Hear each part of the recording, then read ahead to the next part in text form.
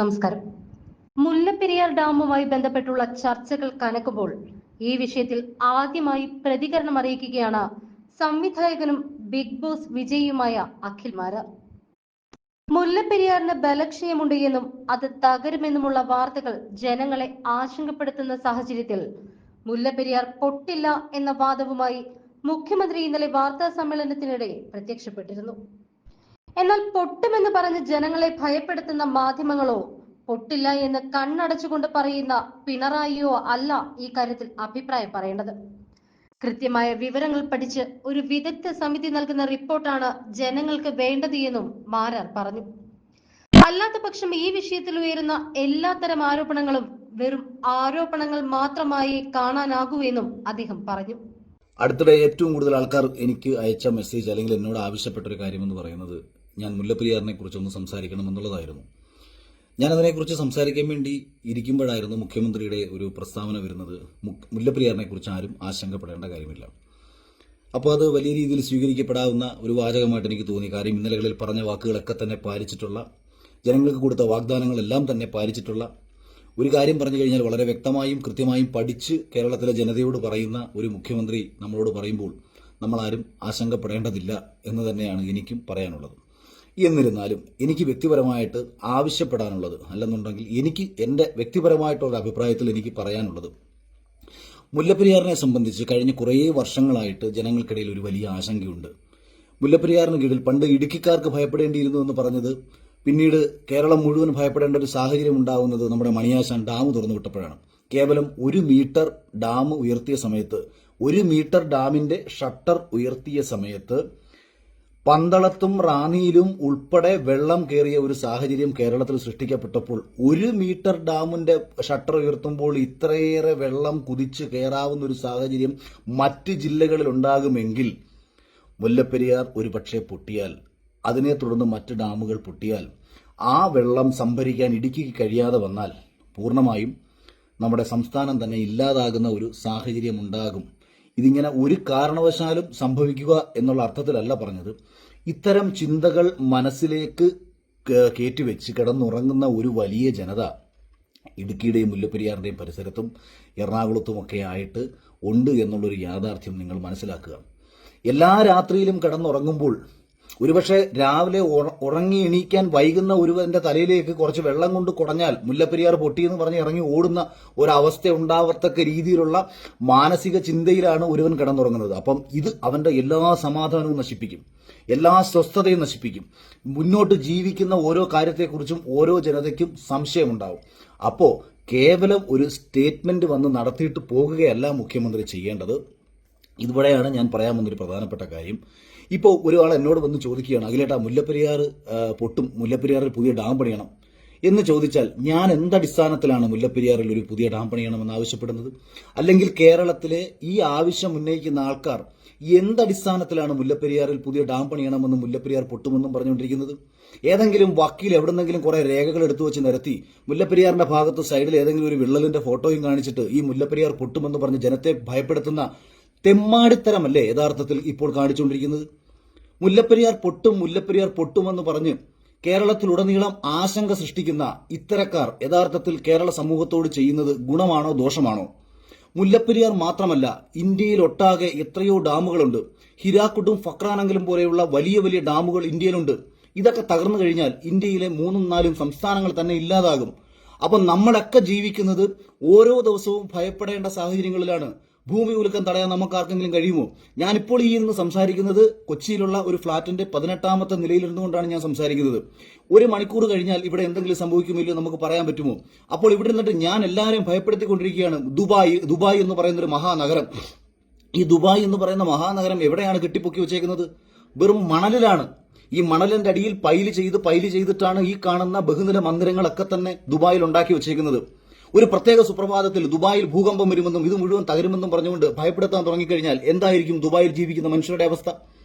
ഇതുപോലെ തന്നെ അമേരിക്കയിൽ ജീവിക്കുന്ന മനുഷ്യരുടെ അവസ്ഥ, മറ്റുള്ള പല പ്രദേശങ്ങളിൽ ജീവിക്കുന്ന മനുഷ്യരുടെ അവസ്ഥ, മലയോര മേഖലകളിൽ ജീവിക്കുന്ന മനുഷ്യരോട് നമ്മൾ പറയുകയാണ്, ഇവിടെ നിന്നെല്ലാം നിങ്ങൾ ഒഴിഞ്ഞു വെക്കോളൂ, ഇവിടെ എല്ലാം ഉരുൾപൊട്ടി നമ്മുടെ ഇതുപോലെ, അതായത് കഴിഞ്ഞ ദിവസം നമ്മുടെ അടുത്തിടെ വയനാട്ടിൽ ഉണ്ടായതുപോലെ സംഭവിക്കുമെന്നത് പറയാം, നമുക്കിതെല്ലാം പറയാം. പക്ഷെ അതിന് വളരെ വ്യക്തമായിട്ടുള്ള ഒരു പഠന റിപ്പോർട്ടാണ് നമുക്ക് ആവശ്യം.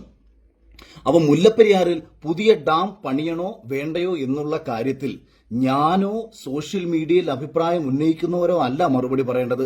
ഇവിടെ എനിക്ക് ആവശ്യപ്പെടാൻ കഴിയുന്നത് ഒരേ ഒരു കാര്യം മാത്രമാണ്.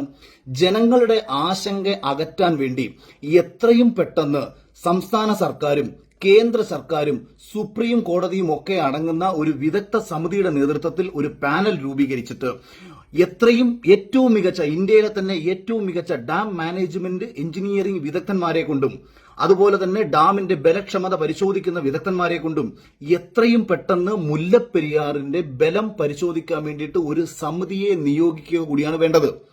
ഈ സമിതി, ഈ എഞ്ചിനീയറിംഗ് വിദഗ്ധരടങ്ങുന്ന ഈ സമിതി, ഈ ഡാം മാനേജ്മെന്റ് സമിതി വന്ന് മുല്ലപ്പെരിയാറിന്റെ നിലവിലത്തെ കണ്ടീഷൻ പരിപൂർണമായും ചെക്ക് ചെയ്ത് ഒരു റിപ്പോർട്ട് സംസ്ഥാന സർക്കാരിനും കേന്ദ്ര സർക്കാരിനും സുപ്രീം കോടതിക്കും കൊടുത്ത് ഇവരുടെ 3 പേരാലും അടങ്ങുന്ന ഒരു പാനൽ ഇത് ശരിവെച്ച് നമ്മളെ മുന്നിലേക്ക് തന്നാൽ, പ്രിയപ്പെട്ടവരെ, ദയവ് ചെയ്ത് പിന്നെ വീണ്ടും മുല്ലപ്പെരിയാർ പൊട്ടും എന്ന് പറഞ്ഞുകൊണ്ട് നിങ്ങൾ ഇറങ്ങി തിരിക്കരുത്. നിങ്ങളുടെ ഭാവനാ സങ്കല്പമല്ല ഇവിടെ നടക്കേണ്ടത്. നമുക്ക് വേണ്ടത് ഇത്തരം കാര്യങ്ങൾ. നമുക്കിത് മാത്രമേ വിശ്വസിക്കാൻ നിർവാഹമുള്ളൂ. അല്ലെങ്കിൽ മുല്ലപ്പെരിയാർ മാത്രമല്ലല്ലോ, എല്ലാ ഡാമും പൊട്ടുമെന്ന് പറഞ്ഞ് നമുക്ക് ഇതേപോലെ പ്രശ്നങ്ങൾ ഉണ്ടാക്കിക്കൊണ്ടേയിരിക്കാം. പഞ്ചവടിപ്പാലം സിനിമ ഓർമ്മയുണ്ടാകുമെന്ന് ഞാൻ വിശ്വസിക്കുന്നു. പഞ്ചവടിപ്പാലം എന്ന സിനിമയിൽ യാതൊരു കുഴപ്പവുമില്ലാതെ ഉണ്ടാകുന്ന ഒരു പാലം, ആ പാലം പൊളിച്ച് പുതിയ പാലം പണിയാൻ വേണ്ടിയിട്ട് കുറച്ച് രാഷ്ട്രീയക്കാർ തീരുമാനിക്കുന്നു. സ്ഥലത്തെ പഞ്ചായത്ത് പ്രസിഡന്റും ഊച്ചാളികളായ കൂട്ടുകാരും കൂടി തീരുമാനിക്കുന്നു. അപ്പൊ ഇവർക്ക് വേണ്ടത് എന്താ? ബലത്ത പാലം പൊളിക്കണം, ബലത്ത പാലം പൊളിച്ചിട്ട് പുതിയ പാലം പണിയണം. അതിനു വേണ്ടിയിട്ട് ആ പാലത്തിനടിയിൽ താമസിക്കുന്ന ആളോട് രാത്രിയിൽ പോയി രഹസ്യമായി കുറച്ച് കാശും കൊടുത്തിട്ട് പറയുന്നു, ഉമ്മറാണ് ആ കഥാപാത്രം ചെയ്യുന്നത്, അദ്ദേഹത്തോട് പറയുന്നു, ഈ പാലത്തിന് അടിയിൽ നിന്ന് ലോറി പോയ സമയത്ത് ഒച്ച കേട്ടു എന്ന് പറഞ്ഞ് നിങ്ങൾ ജനങ്ങളോട് മുഴുവൻ പറയണം.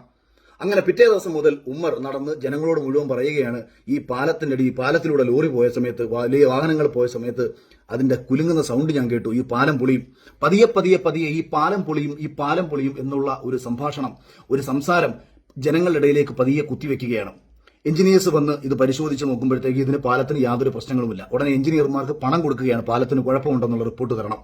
പാലത്തിന് കുഴപ്പമെന്നുള്ള റിപ്പോർട്ട് മേടിച്ച് മന്ത്രിയുടെ കയ്യിൽ നിന്ന് പെർമിഷനും മേടിച്ച് അവിടെ നിലവിൽ നല്ല രീതിയിൽ നിൽക്കുന്ന ഈ പാലം പൊളിച്ച് പുതിയ ഒരു പാലം പണിയുകയാണ്. ഈ പാലത്തിന്റെ ഉദ്ഘാടനത്തിന്റെ അന്ന് ഈ പാലം മുഴുവൻ പൊളിഞ്ഞു വീഴുന്ന ഒരു മനോഹരമായ സറ്റയറാണ് KG ജോർജ് സംവിധാനം ചെയ്ത പഞ്ചവടിപ്പാലം എന്ന് പറയുന്ന സിനിമ. സമാനമായ രീതിയിലാണ് കേരളത്തിൽ ഇപ്പോൾ മുല്ലപ്പെരിയാറുമായി ബന്ധപ്പെട്ടിട്ടുള്ള വിഷയങ്ങളും ഉയർന്നുകൊണ്ടിരിക്കുന്നത്.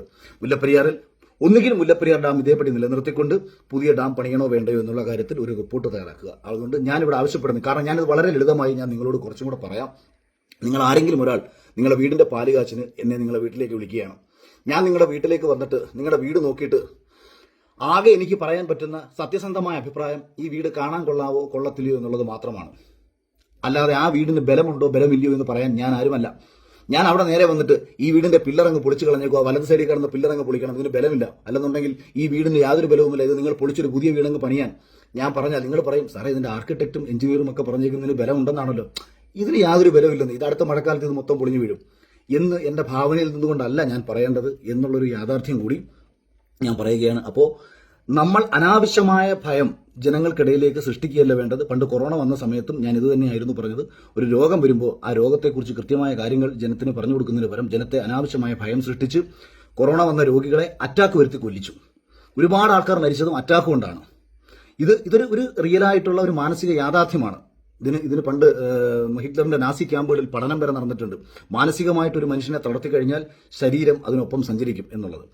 അതായത് ഹിറ്റ്ലർ തന്റെ ക്യാമ്പിൽ ചെയ്തത് പട്ടാളക്കാരെ പിടിച്ചുകൊണ്ട് വന്നിട്ട് ഈ സൈനിക തടവുകാരെ പിടിച്ചുകൊണ്ട് വന്ന് കെട്ടി അദ്ദേഹം കയ്യിലെ ഞരമ്പ് മുറിച്ച് ഈ ഞരമ്പ് ഒരു ട്യൂബിലേക്ക് കണക്ട് ചെയ്ത് ആ ട്യൂബിൽ നിന്ന് ഞരമ്പിൽ രക്തം തുള്ളി തുള്ളിയായി ഒരു ബക്കറ്റിലേക്ക് വീഴ്ത്തി.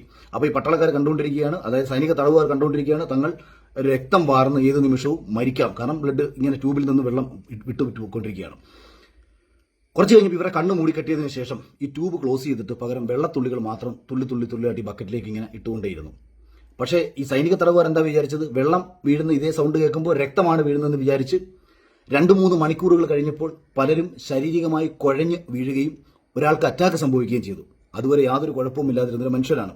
അപ്പോൾ ഒരുവന്റെ മനസ്സിലേക്ക് ഇത്തരത്തിലുള്ള ചിന്തകൾ കുത്തിവെച്ച് കൊടുത്തു കഴിഞ്ഞാൽ, അവന്റെ ശരീരത്തെ മാനസികമായിട്ട് തളർത്താൻ കഴിഞ്ഞാൽ ഒരാൾക്കും ഇവിടെ സമാധാനം ഉണ്ടാകത്തില്ല. അങ്ങനെ അത്തരം സമാധാനമുണ്ടാകാത്ത ഒരു സാഹചര്യമാണ് നിലവിൽ മുല്ലപ്പെരിയാറുമായി ബന്ധപ്പെട്ട വിഷയങ്ങൾ ഉയർന്നു കേട്ടുകൊണ്ടിരിക്കുന്നത്.